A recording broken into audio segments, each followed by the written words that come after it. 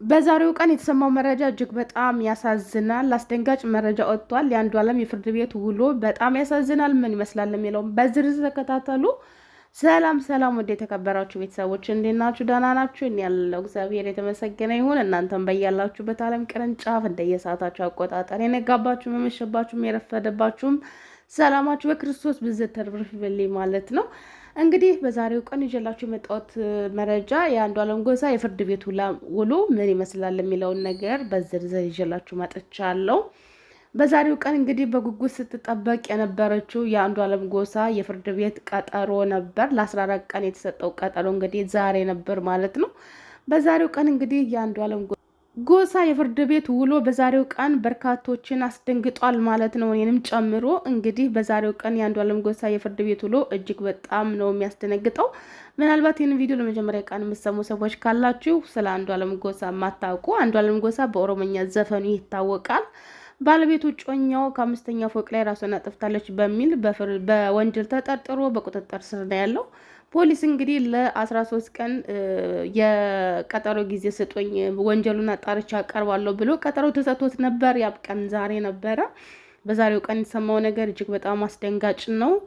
ፖሊስ እንግዲህ እስካሁን ድረስ ምርመራዬን እንደቀጠልኩ ነኝ፣ መረጃዎችን አጠናቅሬ አልጨረስኩም፣ ለተከታታይ ለሚቀጥለው ለመጋቢት 29 ድረስ ማለትም ለ14 ቀን ድጋሜ ሌላ ቀጠሮ ስጡኝ ብሎ ለፍርድ ቤት ባቀረበው መሰረት ፍርድ ቤቱም ተቀባይነት አግኝቷል ማለት ነው። በሌላ በኩል እንግዲህ አንዷለም ጎሳ ጠበቃ አንዷለም ጎሳን በዋስ መብት እንዲፈታ ማለትም ቀጠሮ እስከሚደርስ ድረስ ዋስ ሆኜ አስፈታዋለሁ ብሎ ቢጠይቅም ፖሊሶቹ ግን አረ በጭራሽ ሊፈታ አይችልም፣ ምክንያቱም መረጃዎችን ይደብቅብኛል ብለው ስላሰቡ ይህንን ነገር ውድቅ አድርጎታል ፍርድ ቤቱ ማለት ነው። አንዷለም ጎሳ እንግዲህ በተጨማሪ ለ13 ቀን በማቆያ ቤት እንዲቆይ ትዕዛዝ ተላልፎበታል ማለት ነው። ይሄንን መረጃ የሰሙ በርካቶች እንግዲህ ተደናግጠዋል። እስካሁን ድረስ 13 ቀን ሙሉ እንዴት ፖሊስ መረጃ አላገኘም? እንዴት ሊሆን ይችላል? እንዴት ለተጨማሪ 13 ቀን ጠየቀ? እያሉ እንግዲህ ብዙዎቹ እየተደናገጡ ነው ያሉት ማለት ነው። በጣም ያስደነግጣል። ፖሊስ ማለት ቀላል የተደራጀ ኃይል ነው። የአዲስ አበባ ፖሊሶች በጣም እንግዲህ የታወቁ ናቸው፣ ጀግኖች ናቸው፣ አንበሶቻችን። እስካሁን ድረስ ምንም አይነት መረጃ አላገኘንም አላሉም። እውነት ለመነጋገር ግን ተጨማሪ 13 ቀኖችን ስጡን፣ ሌላም ብዙ መረጃዎችን እናጠናቅር ነው ያሉት። ቤት ውስጥ እንግዲህ እንጥብጣቢ ደም ተገኝቷል ተብሏል። የእሷም የምርመራ ውጤት የዲኤንኤ ውጤቱ እስከሚደርስ ድረስ የደም ውጤቱ እስከሚደርስ ድረስ ፖሊስ እንግዲህ ተጨማሪ ጊዜን ጠይቁ በፍርድ ቤትም ተቀባይነት አግኝቷል። ሌላው እንግዲህ በጣም የሚያሳዝነው ነገር አንዷለም ጎሳ ቀነኒ በጣም በተደጋጋሚ ጊዜ ራሷን ለማጥፋት ሙከራ አድርጋ እኔ ነኝ ያተረፍኳት፣ በዛንም ቀን መኝታ ቤት ውስጥ ክሎሮክስ ሳገኝ የዚህ ምን ያደርጋል ብዬ ኩሽና ወስጀው ስመለስ ድምጥ ሰማሁኝ፣ እሱም ዞር ብዬ ሲሄድ ወድቃለችም እያለን ግን ለጓደኞች የተለያዩ መረጃዎችን ሰጥቷል። ጓደኞችም እነኛ መረጃ እያወጡ ይገኛሉ።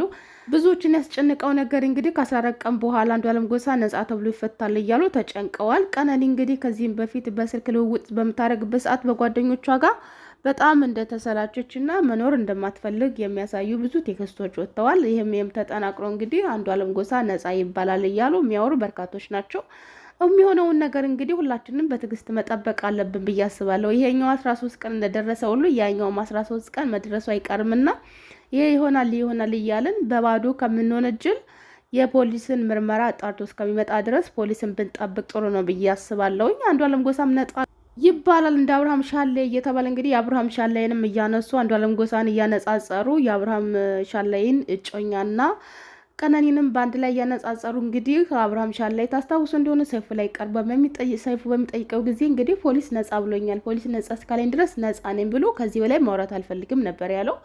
እንግዲህ የአብርሃም ሻላይም እጮኛ በተመሳሳይ አሟሟት ነበር የሞተችው። እሷንና እሱ የእጮኛውን የአብርሃም ሻላይን እጮኛና የአንዷለም ጎሳን እጮኛ እያነጻጸሩ በርካቶች እንግዲህ ከ14 ቀን በኋላ ነጻ ይባላል የሚሉ ብዙ ናቸው። እኛ እንግዲህ መረጃ አንሰጥም፣ የምናውቀው ነገር የለም። ፖሊስ ይሄንን የሚያሳውቀን ይሆናል ያለው ነገር። እንግዲህ እናንተ ቤተሰቦች ይሄንን መስማት አለባችሁ ብዬ ነው ይዤላችሁ የመጣሁት የዛሬውን የፍርድ ቤት ውሎ። ምክንያቱም እስካሁን ድረስ እየተከታተልኩኝ ያለውን ነገር ወደ እናንተ እያቀረብኩ ነበረ። አሁንም ይሄንን የዛሬውን ውሎ ማወቅ አለባችሁ መስማት አለባችሁ ብዬ ስላሰብኩኝ አንዷለም ጎሳ ለተጨማሪ 14 ቀን እንግዲህ በማቆያ ቤት እንዲቆይ ፖሊስ ባቀረበው ጥያቄ ለፍርድ ቤት ተቀባይነት አግኝቷል። በአሁን ሰዓት እንግዲህ የተወሰነ ምንም አይነት ውሳኔ የለም እላችኋለሁኝ። በአንዷለም ጎሳ በኩል ያለኝ መረጃ እንግዲህ ይህንን ይመስላል። በቀጣይም እንግዲህ አዳዲስ ነገሮች ከተሰሙ ወደ እናንተ ይዤ የምመጣ ይሆናል። ቤተሰቦቼ በሌላ መረጃ ይዤላችሁ የመጣሁት እንግዲህ በጣም እንወደው የምናከብረው በጣም ተወዳጅ የነበረው የእግር ኳስ ተጫዋች አለልኝ አዘነ ካረፈ ድፍን ዓመት ሆኖታል ዛሬ ማለት ነው። በወቅቱ እንግዲህ ብዙዎቻችን አዝነን ነበር፣ አልቅሰን ነበር። ባለልኝ አዘነ ህልፈት ያላዘነ ኢትዮጵያዊ ያለ ብዬ ለማሰብ ይከብደኛል። በወቅቱም እንግዲህ አለልኝ አዘነ ራሱን አጥፍቶ ነው የሞተው። በቤቱ ሄዶ ፖል እንጨት ላይ ራሱን አንጠልጥሎ ነው ተብሎ ጸሎተ ፍትሐት ሳይደረግለት ነበር የተቀበረው። በቤተ ክርስቲያናችን ስርዓት እንግዲህ አንድ ሰው ራሱን ታጠፋ ጸሎተ ፍትሐት አይደረግለትም። በዛሬው ቀን ግን ፖሊስ ክትትል አድርጎ መረጃውን ባጣራው መሰረት አለልኝ አዘነ ራሱን አጥፍቶ ሳይሆን በባለቤቱና በባለቤቱ የእህቷ ባል በአማቿ አማካኝነት አብረው ሆነው ገድለውት መሆኑ ሲታወቅ በዛሬው ቀን እንግዲህ በሙት ዓመቱ ቀን ጸሎተ ፍትሐት ታደርጉለታል ማለት ነው። በጣም ነው የሚያሳዝነው። ያለልኝ አዘነ ነገር ሳስብ እውነቴን ነው የምላችሁ። እውነት እዚች ምድር ላይ በቃ የሰውን የክፋት ጥግ ነው የማየው። ያለልኝ አዘነ ባለቤት ወይንም እጮኛ የነበረችው እንግዲህ ካገባችሁ በሳምንቷ ነው የገደለችው። እንግዲህ ጮኛው ለድፍን 9 ዓመት አለልኝ አዘነን ስጠባውና እንደ ማስቲካ ስታኝከው ነበር ሙሉ ንብረቱን። አለልኝ አዘነ እንግዲህ ሊሞት ትንሽ ቀን ሲቀረው ነው አይፎን ሞባይል እንኳን የገዛው ማለት ነው። እሱን የሚመጥነውን ስልክ እንኳን የያዘው በቤተሰቦቹ ግፊት፣ በእህቶቹ በወንድሞቹ ግፊት እንደነበረ ነው ያን ስልክ የያዘው። የተሰማው እንግዲህ እግረኛው ሚዲያ ላይ ሰምታችኋል ብዬ አስባለሁ ቤተሰቦቹ ሲናገሩ። አለልኝ አዘነን እንደዚያ ለዘመናት ስትጫወትበት ከርማ በመጨረሻ ማግብታው እንግዲህ ያው አለልኝ አዘነ በጣም ባለሀብትና ከአንድም 2 ቤት የነበረው በወር ውስጥ እንግዲህ ከፍተኛ ደሞዝ ተከፋይ የነበረ እስከ 630 ሺህ ይከፈለው የነበረ የእግር ኳስ ተጫዋች ነበረ። ለቤተሰቦቹ ተስፋ የነበረ፣ ለሀገሩ ተስፋ የነበረ፣ ለሀገሩ በቃ ስንትና ስንት ነገር ይጠበቅበት የነበረ ልጅ በአጭር አስቀርተዋለች። አግብታው በቁርባን ባገባች በሳምንቱ ከማቿ ጋር ሆነው ከገደሉት በኋላ ራሱን አጠፋ ብሎ ፖል እንጨት ላይ አንጠልጥለውት እንግዲህ በቤተሰቦቹ አማካኝነት ነው ራሱን ያጠፋው። እኔን ስላልወደዱኝ ነው ስላልተቀበሉኝ ነው ብላ ብዙ ማስተባበያ አድርጋ በወቅቱ እንግዲህ በቤተሰቦቹ ላይ በሶሻል ሚዲያ ከፍተኛ ተጽዕኖ ተፈጥሮባቸው ነበር። እስከ መታሰር ድረስ ደርሰው ነበረ። እውነት እንግዲህ ትቆያለች እንጂ ትመነምናለች አትበጠስምና እውነቱ ዛሬ ተጣርቶ ተደርሶበታል። አለልኝ አዘነ ራሱንም አላጠፋም። በሰው እጅ ነው ህይወቱ ያለፈው፣ በገዛ ባለቤቱ እጅ ማለት ነው። ምላ ተገዝታ ባገባችው ሴት እጅ ነው እስከናማቿ በጋራ ሆነ የገደሉት። ነው ያሳዝናል። በዛሬው ቀን እንግዲህ ጸሎተ ፍትሐት ተደርጎለታል ማለት ነው።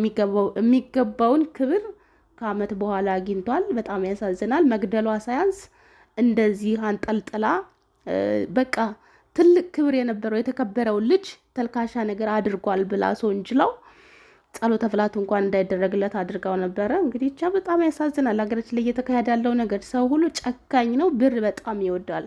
ሰው የሚወድ ሰው የለም በአሁን ሰዓት ማለት ነው። ያን ሁሉ ነገር ለዘመናት የቤተሰቦቿን ቤት ሲያሰራ ኖሮ ስንትና ስንት ዋጋ የከፈልላትን ልጅ እንግዲህ በአሰቃቂ ሁኔታ ገድላው ከገደለችን በኋላ ጸሎት እንዳይደረግለት ራሱን አጥፍቷል ብላ ይሄን ብቻ አልበቃም። በገዛ ጓደኞቹ ፊት እንግዲህ ዋሽታ እርጉዝ ነኝ ብላ እስከ 450 ሺህ ድረስ ተሰብስቦ እንዲሰጣት ለልጁ ተብሎ ማለት ነው ብዙ ነገር አድርጋ ነበረ። እውነት ወጣ በዛሬው ቀን እንግዲህ ልክ ባረፈ በአመቱ ጸሎተ ፍትሐት ተደርጎለታል ማለት ነው። ወንድማችን ነፍሱን በአጸደ ገነት ያሳርፈው፣ ለቤተሰቦቹ መጽናናትን ይስጣቸው። እናቱ በምን ቃል እንደምትጽናና አላቅም። ሁላችሁም አይታችኋታል ብዬ አስባለሁ። እጅግ በጣም ነው ልብ የምትሰብረው።